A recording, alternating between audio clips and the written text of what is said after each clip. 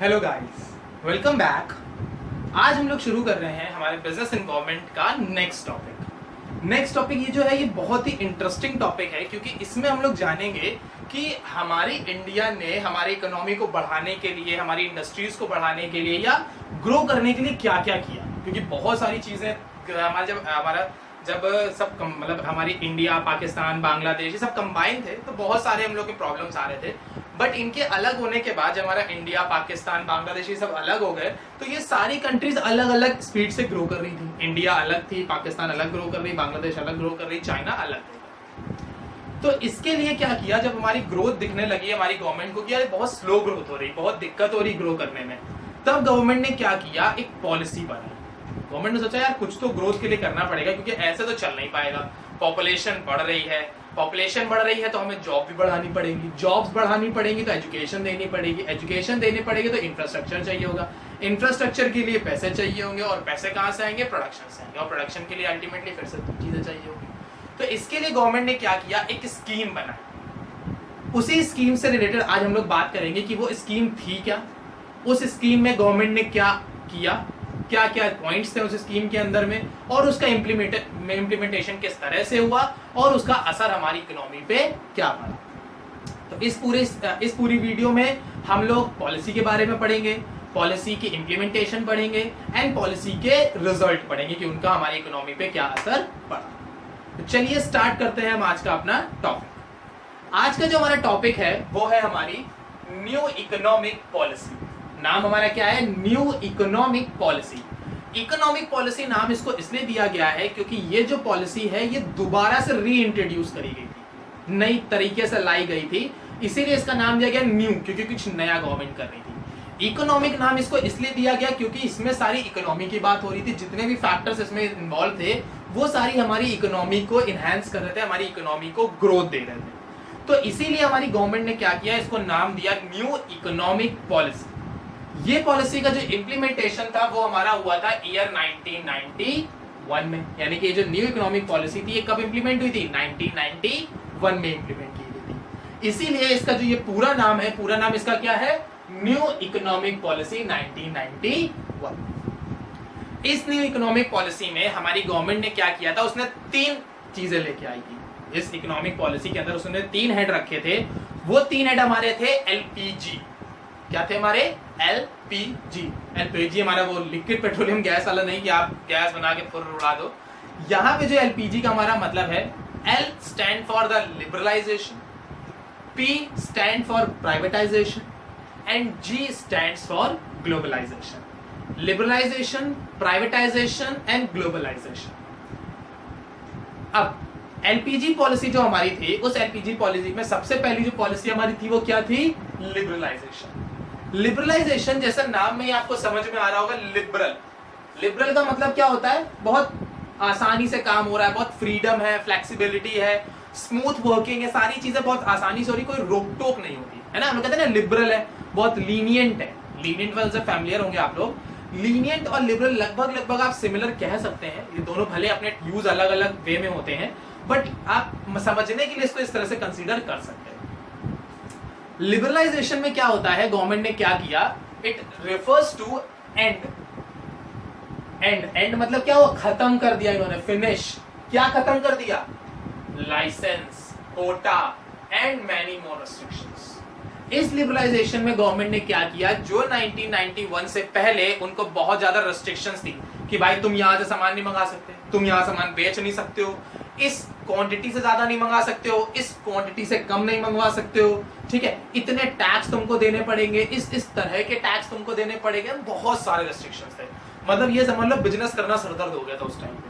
तो गवर्नमेंट ने क्या देखा, यार बिजनेस नहीं होगा तो प्रोडक्शन नहीं होगा, प्रोडक्शन नहीं होगी तो जीडीपी नहीं होगी, जीडीपी नहीं होगी तो इकोनॉमी ग्रो ही नहीं कर पाएगी। दिक्कत वाली बात आ गई। तो गवर्नमेंट ने क्या किया, गवर्नमेंट ने जीडीपी पॉलिसी, जीडीपी को इंक्रीज करने के लिए उसने क्या किया, बिजनेस सेक्टर से सारे कोटा का मतलब होता है क्वांटिटी। गवर्नमेंट ने क्वांटिटी हटा दी कि कोई क्वांटिटी नहीं है, जितना चाहे उतना प्रोड्यूस करो, जहां चाहे वहां से मंगवाओ, मतलब जिस क्वांटिटी में चाहो मंगवाओ, जिस क्वांटिटी में चाहो बेचो, जिस क्वांटिटी में अपने पास रखो, जो क्वांटिटी तुम्हें सही लगे वो करो, हमसे कोई मतलब नहीं, ठीक है ना। तो पहला उन्होंने क्या खत्म किया, जो क्वांटिटी रेस्ट्रिक्शंस थे वो हटा दिए। दूसरी चीज उन्होंने क्या करी, लाइसेंस ही हटा दिया, कोई लाइसेंस नहीं है। 1991 से पहले क्या था, अगर आपको कोई भी बिजनेस सेटअप करना है तो आपको लाइसेंस लेना, जब तक लाइसेंस नहीं बिजनेस नहीं। लेकिन 1991 के बाद क्या हुआ, हमारी गवर्नमेंट ने क्या किया, 1991 के बाद उन्होंने हर तरह के जो रेस्ट्रिक्शंस थे वो रेस्ट्रिक्शन ही हटा दिए। रेस्ट्रिक्शंस हटाने से क्या हुआ, जो लाइसेंस रेस्ट्रिक्शन थे, अब क्या है, आपको लाइसेंस चाहिए नहीं। जब लाइसेंस चाहिए नहीं, मेरे पास पैसा है, हमने जगह खरीदी, फैक्ट्री डाली, काम शुरू कर दिया। क्यों, क्योंकि लाइसेंस नहीं चाहिए हमको। तो गवर्नमेंट ने क्या किया, आपके बिजनेस सेक्टर्स पे से लाइसेंस पॉलिसी हटा दी। उसने सिर्फ कुछ सेक्टर्स ऐसे थे या कुछ कंपनीज ऐसी थी जिसपे उसने लाइसेंस रखा था, जो कि थोड़ा सा बहुत ज्यादा मतलब जो हमारे इकोनॉमी पे निगेटिव इंपैक्ट डाल सकती है, उस पे लाइसेंस रखा। जैसे केमिकल, अब भाई कोई एसिड बनाने लगेगा तो दिक्कत हो जाएगी ना, पता चले यहाँ फेंक रहा वहां फेंक रहा तो दिक्कत हो जाएगी। तो एसिड भैया ना धन्यवाद, एसिड हो गया, ठीक है। सेकंड आपका डिफेंस प्रोडक्ट, बम वगैरह। अब पता चले मेरी फैक्ट मानने क्या कि मैं पैसा था, हम बम बनाने लगे, जहाँ किसी का मूड खराब हुआ, दुड़ूम फट गया, बोल वो तो मर गया बेचारा, यहाँ तो केस हो गया वहां पर। तो गवर्नमेंट ने क्या किया, केमिकल के ऊपर, डिफेंस प्रोडक्ट के ऊपर, इन सारी चीजों के ऊपर इन्होंने क्या किया, लाइसेंस रखा। टोबैको, लीकर, इन पे लाइसेंस रखा। और बाकी जो हमारे वेलफेयर के लिए बिजनेस, हमारे जो सोसाइटी के लिए जरूरी बिजनेस है, उन पे उसने लाइसेंस हटा दिया। तो लिबरलाइजेशन में गवर्नमेंट ने क्या किया था, it remove the licence, quota and many more restrictions on the industries. उसने इंडस्ट्री के ऊपर से बहुत सारे लाइसेंस, कोटास, लिमिटेशन जो थे वो हटा। तो कंपनीज फ्री हो गई। जब कंपनीज फ्री हो गई तो वो अपना और ज्यादा ध्यान देने लगी बिजनेस पे। जब बिजनेस पे ध्यान देंगे, बिजनेस बढ़ेगा, एम्प्लॉयमेंट बढ़ेगी, एम्प्लॉयमेंट बढ़ेगी, इनकम बढ़ेगी, इनकम बढ़ेगी, ग्रोथ हो जाएगी। हो गया फायदा, कंट्री ग्रो कर गई। आई था मैंने आपसे, कंट्री को ग्रोथ देगा। अब आते हैं हमारे सेकेंड टॉपिक। सेकेंड जो पॉलिसी थी हमारी, वो थी हमारी प्राइवेटाइजेशन। नाम से क्या समझ में आ रहा है यहाँ पे, प्राइवेट। प्राइवेट तो वर्ड जानते हैं ना, जिस सेक्टर में जनरली लोग काम करते हैं, प्राइवेट सेक्टर। यहाँ पे गवर्नमेंट ने क्या किया, यहाँ पे जो हमारी गवर्नमेंट थी उन्होंने क्या किया, प्राइवेटाइजेशन में it refer to the giving greater role to the private sector. Government ने यहाँ पे क्या किया, पूरा जो था अपना जो सिस्टम था वो उठा के प्राइवेट को पकड़ा दे कि भैया ये लो, आज से तुम झेलो मेरा सरदर्द, आज से बिजनेस तुम्हारा, फैक्ट्री तुम्हारी, फर्म तुम्हारी, जो करना है तुम करो। क्यों, क्योंकि अगर आप बात करें मैनेजमेंट की, तो प्राइवेट सेक्टर में मैनेजमेंट एफिशिएंट होता है compare to the public. Private sector में लोग काम मेहनत से करते हैं compare to the government. Private sector profit के लिए काम करता है, जबकि पब्लिक सेक्टर सिर्फ वेलफेयर के लिए काम करता है। तो उस टाइम पे तो प्रॉफिट चाहिए ना भाई, पैसा चाहिए। तो जब उस टाइम पे पैसा चाहिए था तो गवर्नमेंट ने क्या किया, अपने जितने भी सेक्टर्स थे वो सेक्टर्स की ओनर, मतलब जो उन्होंने शेयर्स थे वो शेयर्स उठा के दे दिए प्राइवेट। पूरी कंपनी नहीं दे दी कि भैया ये लो मेरी पूरी कंपनी ले जाओ, ना ना ना ना ना, ये नहीं किया। गवर्नमेंट ने क्या किया, अपनी कंपनी के जो शेयर्स थे उन शेयर्स में से, या कंपनी का जो मालिकाना हक था उसमें से 51% हिस्सा, 51% हिस्सेदारी प्राइवेट की और 49% हिस्सेदारी पब्लिक की, यानी गवर्नमेंट की। 51% शेयर होल्डिंग जो होगी वो प्राइवेट की होगी और 49% जो शेयर होल्डिंग होगी वो हमारे पब्लिक की होगी। तो जब 51% प्राइवेट के पास है और 49% पब्लिक के पास है तो क्या होगा, 51% ज्यादा है। तो यानी कि जितनी भी इंचार्जशिप होगी, ओनरशिप होगी, कंट्रोल होगा, डायरेक्शन होगा, जो मैनेजमेंट होगा, जो कुछ भी होगा वो सब प्राइवेट करेगा। और जब प्राइवेट काम करेगा तो वो तो प्रॉफिट के लिए ही काम करेगा। जब प्रॉफिट होगा तो ग्रोथ होगी, ग्रोथ होगी तो कंट्री ग्रो करेगी। हो गया फायदा। अब इस प्राइवेटाइजेशन के अंदर उन्होंने कुछ चीजें हैं, दो चीजें, वो कुछ दो चार चीजें उन्होंने करी। वो क्या थी दो चार चीजें? पहला था हमारा डिसइन्वेस्टमेंट। डिसइन्वेस्टमेंट का मतलब, इन्वेस्टमेंट मतलब पैसा लगाना, और डिसइन्वेस्टमेंट का मतलब होता है पैसा निकाल लेना, अपना पैसा वहां से विड्रॉ कर लेना। तो जब गवर्नमेंट सेक्टर ने अपने जो भी इंडस्ट्रीज थे प्राइवेट को बेचे, अब मेरी कोई फर्म है, मैंने अपनी फर्म प्राइवेट को बेच दी, मतलब मैं गवर्नमेंट हूं, मैंने अपनी फर्म अगर प्राइवेट को बेच दी है तो उस केस में क्या होगा, प्राइवेट सेक्टर मुझे पैसा देगा। जब प्राइवेट सेक्टर मुझे पैसा दे देगा, आज से फर्म उसकी हो गई। अब वो समझे उसे क्या करना है, मैं तो नहीं जानता ना। तो मैंने क्या किया कि मैंने जो उसमें इन्वेस्टमेंट करी थी वो मैंने निकाल ली, जितना पैसा मैंने उस पर लगाया था वो पैसा मैंने निकाल लिया। अब हिस्सेदारी है मेरी, लेकिन मैं बोलूंगा नहीं उसमें, क्योंकि भाई सब कुछ तुम्हारा है, तुम समझो। सिर्फ मुझे 49% का हिस्सेदारी मेरी है, उसकी जिम्मेदारी मैं लेता हूँ, बाकी सब काम तुम्हारा होगा। तो गवर्नमेंट ने यहाँ पे क्या किया, डिसइन्वेस्टमेंट कर दिया सेक्टर्स पे पैसा, जो सेक्टर लॉस मेकिंग सेक्टर थे उन पे पैसा लगाना बंद कर दिया। ठीक है ना, गवर्नमेंट ने क्या किया कि भाई देखो जो यूनिट फायदा दे रही है वो तो मेरी रहेगी, कोई दिक्कत नहीं है। जो यूनिट ऐसी है कि प्रॉफिट कमा सकती है बट कमा नहीं पा रही है, उनको प्राइवेट वालों को दे दो। और जो सेक्टर ऐसे हैं जो बिल्कुल ही बंद है, एकदम कूड़ा हो चुके हैं, एकदम धूल जमी हुई उन पे, उनको भाई बंदी कर दो, वो तो किसी काम के रह ही नहीं है। ठीक है ना, तो अब जो प्रॉफिट कमा रही है वो तो भाई पता ही होगा, क्योंकि प्रॉफिट तो सभी जानते हैं। तो प्रॉफिट के लिए जो बिजनेस है वो तो भाई मेरे हो गए, तो जानते ही होंगे। जो लॉस प्रॉफिट कमा सकते हैं वो मैंने प्राइवेट को दे दिए। अब जो प्रॉफिट नहीं कमा सकते हैं वो कैसे पता चलेगा, उसके लिए गवर्नमेंट ने क्या किया, एक बोर्ड बनाया, BIFR, board of industrial and financial reconstruction. इस BFIR का काम क्या था, ये एक बोर्ड था। इस बोर्ड का काम क्या था कि जितनी भी सिक यूनिट्स हैं, सिक यूनिट्स का मतलब जो बहुत बेकार हालत में, खस्ता हालत, एकदम लुंज पुंज सी पड़ी हुई है, एकदम ढीली डाली सी पड़ी हुई है, कोई काम ही मतलब कर ही नहीं पा रही, प्रॉफिट ही नहीं हो रहा, लॉस पे जा रही है, उनके लिए गवर्नमेंट ने क्या किया, एक बोर्ड बनाया। इस बोर्ड का काम क्या होता था, ये बोर्ड उन सिक यूनिट्स को ग्रोथ देता था कि कैसे आप ग्रोथ कर सकते हो, कैसे आप फिर से स्टार्ट कर सकते हो, कैसे आप प्रॉफिट कमा सकते हो, या कैसे आप नॉर प्रॉफिट नॉर लॉस के केस में उनको मोटिवेट करता था। ठीक है, तो गवर्नमेंट ने दूसरी पॉलिसी क्या बनाई, प्राइवेटाइजेशन। इस प्राइवेटाइजेशन में उसने ज्यादा हिस्सेदारी दी प्राइवेट को और कम हिस्सेदारी ली खुद ने। तीसरा, जो सेक्टर उसके प्रॉफिट नहीं कमा पा रहे थे उस पर इन्वेस्टमेंट करना कम कर दिया। और दूसरा, उसने एक ऐसा बोर्ड बनाया, एक ऐसा मतलब एक कम्युनिटी बनाई जिसका काम होता था कि जो सिक यूनिट्स हैं उन पे ध्यान दे कि उनको कैसे हम और ज्यादा ग्रोथ दे सकते हैं। तो पहला हमारा था लिबरलाइजेशन, जिसमें फ्रीडम दे दी थी। दूसरा था प्राइवेटाइजेशन, जिसमें गवर्नमेंट से उठ के हम प्राइवेट यानी बिजनेस की तरफ मूव कर गए थे। अब तीसरा हमारा सबसे अच्छा और इंपॉर्टेंट था हमारा, जो कि था हमारा ग्लोबलाइजेशन। ग्लोबलाइजेशन नाम से क्या समझ में आ रहा है, ग्लोबल। ग्लोबल का मतलब क्या हो गया, ऑल ओवर द वर्ल्ड। तो इस ग्लोबलाइजेशन में क्या किया हमारी गवर्नमेंट ने, it refer to integration of various economies of the world. Globalisation में हमारी गवर्नमेंट ने क्या किया कि हमारी इंडियन इकोनॉमी को फ्री कर दिया रेस्ट ऑफ द वर्ल्ड के साथ। यानी कि अब आप दुनिया के जिस कोने में चाहो वहां जाके बिजनेस लगा सकते हो। दुनिया की कोई भी कंट्री इंडिया में आके बिजनेस कर सकती है। यानी कि हम ग्लोबल लेवल पे फ्री हो गए थे कि अब हम दुनिया के जिस कोने में चाहे वहां जा सकते थे, जिस जगह से चाहे सामान मंगवा सकते थे, जिस जगह चाहे सामान बेच सकते थे, जहां चाहे वहां बिजनेस कर सकते थे। गवर्नमेंट ने हमारे ऊपर से सारी रेस्ट्रिक्शंस हटा दी थी कि आपके ऊपर बाउंड्री लिमिट भी नहीं रह गई है।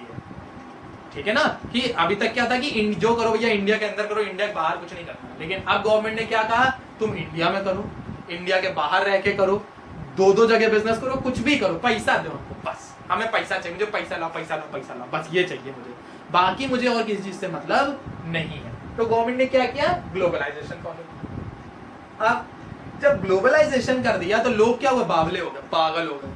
क्यों पागल हो गए, जब भाई एकदम से आपको फ्रीडम मिलेगी तो आप क्या करोगे, फालतू इधर उधर भागोगे। जैसे अभी लॉकडाउन है, लॉकडाउन जैसे हटेगा तो लोग क्या करेंगे, इधर उधर भागना शुरू कर देंगे, कोई कहीं जाएगा कोई कहीं जाएगा।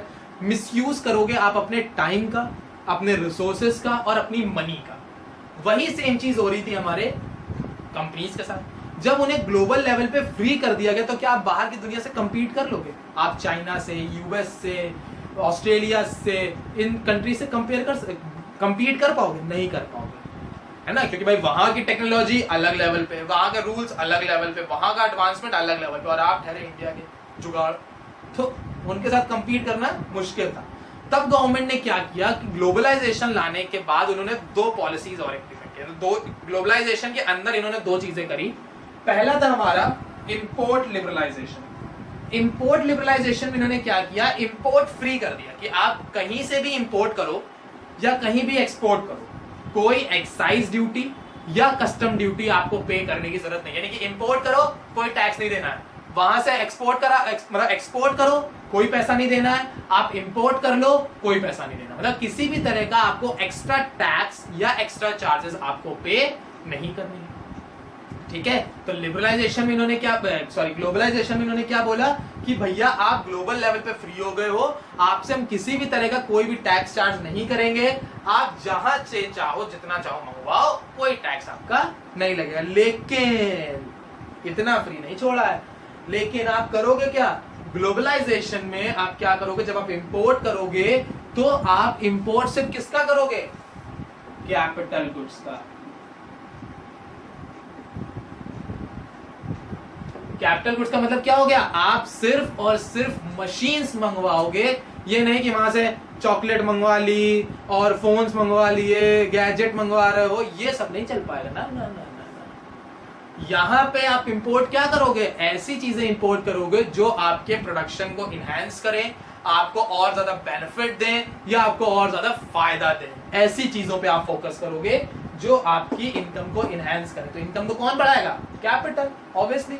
तो जब कैपिटल गुड्स आप मंगवाओगे, मशीन्स मंगवाओगे, मशीन आएंगी फायदा आएगा, मशीन आएंगी तो आप प्रोडक्शन करोगे, प्रोडक्शन करोगे तो इनकम होगी, इनकम होगी तो ग्रोथ होगी, ग्रोथ होगी तो कंट्री बढ़ गई, ठीक है ना। तो इंपोर्ट्स में इन्होंने क्या किया कि ग्लोबली लेवल पे तो फ्री कर दिया, लेकिन आप क्या, ज्यादातर आप वही चीजें मंगाओगे जो आपके प्रोडक्शन को इनहैंस करेंगी, जो कि क्या होंगी, कैपिटल, ठीक बात।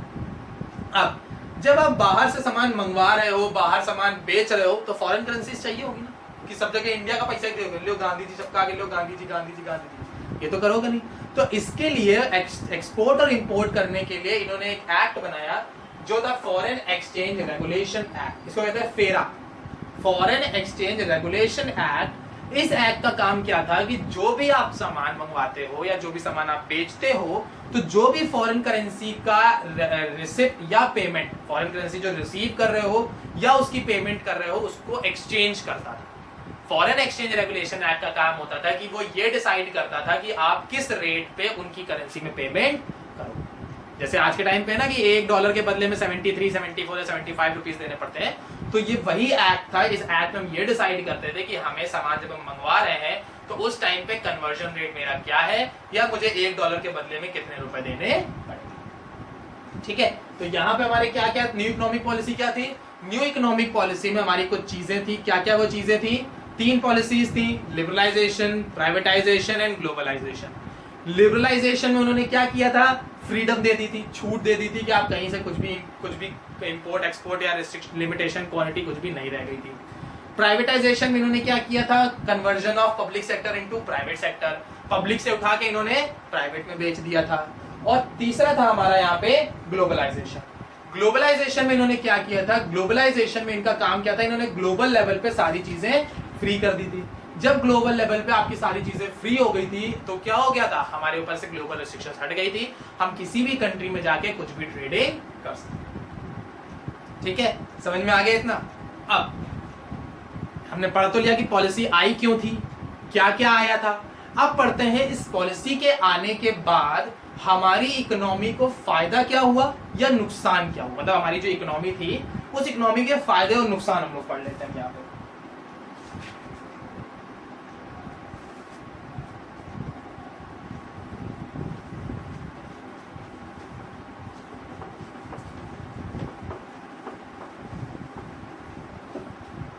सबसे पहला काम जो हमारे साथ हुआ कि जब हमने ये न्यू इकोनॉमिक पॉलिसी लेके आए, तो न्यू इकोनॉमिक पॉलिसी से पहला फायदा, मतलब सबसे पहली चीज जो होगी क्या होगी, जब भाई आपके लिए मार्केट ओपन हो गई है। यानी अभी तक तो क्या था, हम घर के शेयर थे, घर में मेरी चल जाती थी, कोई दिक्कत नहीं। अब जब हम ग्लोबल लेवल पे फ्री हो गए हैं तो वहां पे क्या होगा, जाहिर सी बात है जब पूरी कंट्री के साथ हम डीलिंग कर रहे हैं तो सबसे पहला पॉइंट मेरा यहाँ पे क्या होगा, इंक्रीज कंपटीशन। सबसे पहला काम क्या होगा, कंपटीशन बहुत बढ़ जाएगा।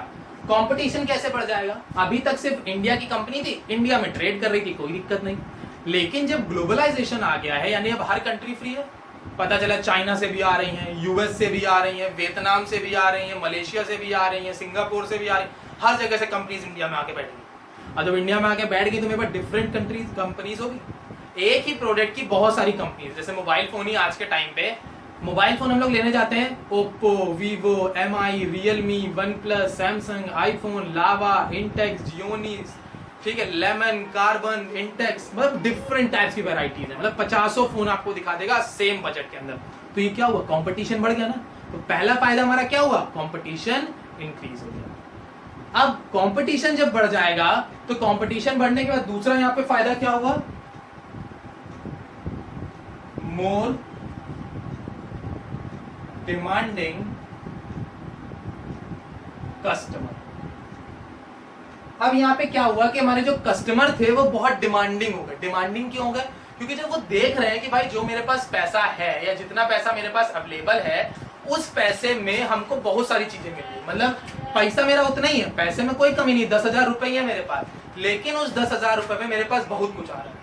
हमको सैमसंग वाले डबल कैमरा दे रहे हैं, MI वाले हमको एक कैमरा दे रहे हैं, ठीक है, हमको आईफोन वाले कैमरा ही नहीं दे रहे हैं, OnePlus वाले कैमरा ही नहीं दे, मतलब डिफरेंट टाइप के फीचर्स की बात यहाँ पे हम कर रहे हैं।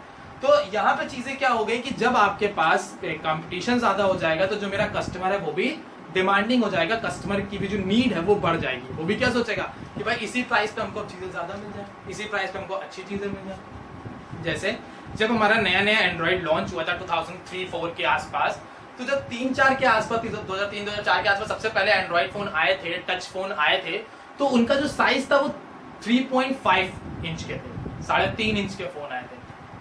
आज के टाइम पे कोई लेगा? आज के टाइम पे लोग 6 इंच से नीचे फोन पसंद नहीं करते हैं। क्यों? क्योंकि उनको पता है कि इस रेंज में 10,000 की रेंज में हमको 6 इंच तक का फोन आराम से मिल जाएगा with the dual camera with the best display quality. तो भाई हम क्यों बेकार में पैसा लगाएं? तो क्या हुआ, जब कंपटीशन बढ़ा तो उससे जो कस्टमर थे वो भी बहुत ज्यादा डिमांडिंग हो गए। कस्टमर्स को भी अब नई नई चीजें चाहिए। अब जब कस्टमर मेरा डिमांडिंग हो गया है, कस्टमर को नई नई चीजें चाहिए, तो अब उससे तीसरा इंपैक्ट मेरा यहाँ पे क्या पड़ेगा?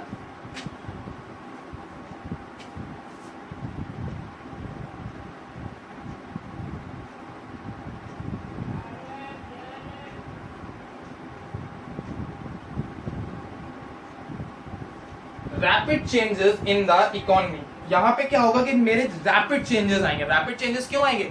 अब कस्टमर को क्या लगा, भाई देखो यार कुछ ऐसा होना चाहिए जिससे फोटो खींच पाए। तो अब जब नीड हुई जिससे मतलब अपनी चीजों को स्टोर कर पाए, तो क्या हुआ, कैमरा इंट्रोड्यूस हुआ, कैमरा आ गया भाई। अब उसको क्या लग रहा है यार थोड़ा सा और मतलब इंटरेस्टिंग होता है यार, कुछ इसको ब्लैक एंड व्हाइट कर पाते हैं, कुछ कलर डाल पाते हैं या कुछ हिलती डुलती है।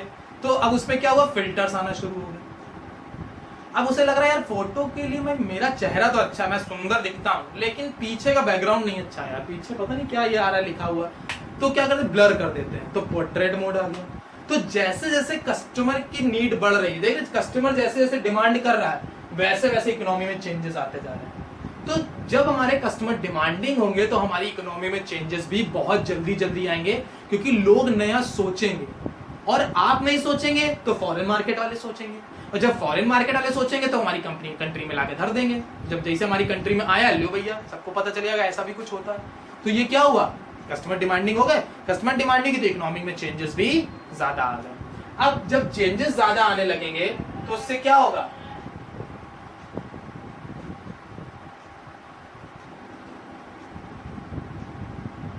Increase production capacity. आप क्या करेंगे, अपनी प्रोडक्शन कैपेसिटी को बढ़ाएंगे, क्योंकि आपको क्या करना है, कस्टमर की डिमांड को मैच करना है। कस्टमर जितना मांगे आपको उतनी सप्लाई करनी, नहीं तो आपके प्रोडक्ट कोई लेगा ही नहीं। पता चले मार्केट में क्या, भैया सैमसंग के फोन दिखा दो, अब दुकान सैमसंग तो भैया नहीं है इस समय यार, एक काम करो ओप्पो देख लो, वीवो देख लो।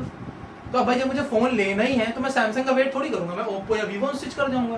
तो उससे क्या होगा, जैसे ही मैंने दूसरे फोन लिए तो सैमसंग की मार्केट चलेगी। क्यों चलेगी, क्योंकि सैमसंग के फोन की अवेलेबिलिटी नहीं थी। अवेलेबिलिटी कैसे होगी, जब आप प्रोडक्शन इंक्रीज करोगे। तो फायदे क्या हुआ, पहला कंपटीशन बढ़ गया। जब हर तरफ से मार्केट ओपन हो गई, चारों तरफ से ओपन हो गई मार्केट, कंपटीशन बढ़ गया, कस्टमर डिमांडिंग हो गए, बहुत सडन चेंजेस आ रहे हैं, जल्दी जल्दी चेंजेस आ रहे हैं। ठीक, अब जब कस्टमर डिमांड कर रहा है तो हमें प्रोडक्शन भी बढ़ाना पड़ेगा। हमने प्रोडक्शन इंक्रीज कर दिया। प्रोडक्शन इंक्रीज करने के बाद क्या हुआ, market formation.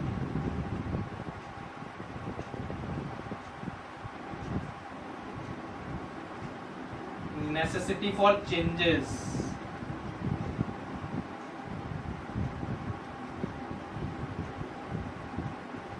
Export, import, loss in domestic market। अब यहाँ पे क्या क्या असर और हुए, मार्केट फॉर्मेशन। मार्केट फॉर्मेशन क्या हो गया, मेरी मार्केट फॉर्म हो गई। मार्केट कैसे फॉर्म हो गई, मार्केट फॉर्म होने का मतलब हो गया, अभी तक सिर्फ हम इंडिया में डील कर रहे थे, लेकिन अब क्या है, मेरे पास यूएस की मार्केट भी अवेलेबल है, चाइना की भी है, वियतनाम की भी है, ब्राजील की भी है, ऑस्ट्रेलिया भी है, जर्मनी भी है, चाइनीज भी है, जापानीज भी है, ठीक है, सिंगापुर भी है, मेरे पास हर तरह की, हर जगह की कंट्री अवेलेबल है, हर सिटी अवेलेबल है, हर डिस्ट्रिक्ट, हर कोड, सब कुछ मेरे पास अवेलेबल है। तो क्या होगा, मेरी मार्केट एक्सपेंड होगी।